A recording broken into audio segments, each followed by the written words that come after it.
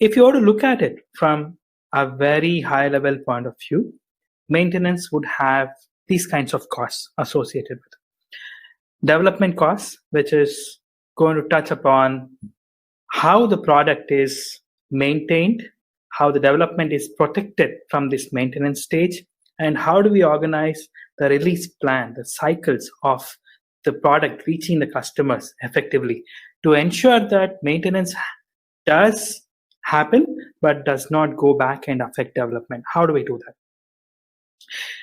How do we handle operational costs of managing a maintenance stage product? Does it mean that if I were to have a product live and if I have a version of the product in maintenance, I have double the cost? How can I optimize? How can I combine them and automate a large extent of it so that I don't have to spend time in terms of people or the effort that is necessary to maintain these infrastructure? What kind of people do I want as part of my maintenance team? Do I want the entire team that was part of development replicated under the maintenance model? That wouldn't give us any kind of cost optimization, right? So how do I think about optimizing how I build the product, how it is getting into maintenance stage, what kind of people we need as part of the team that maintains the product? That's all bundled under people costs.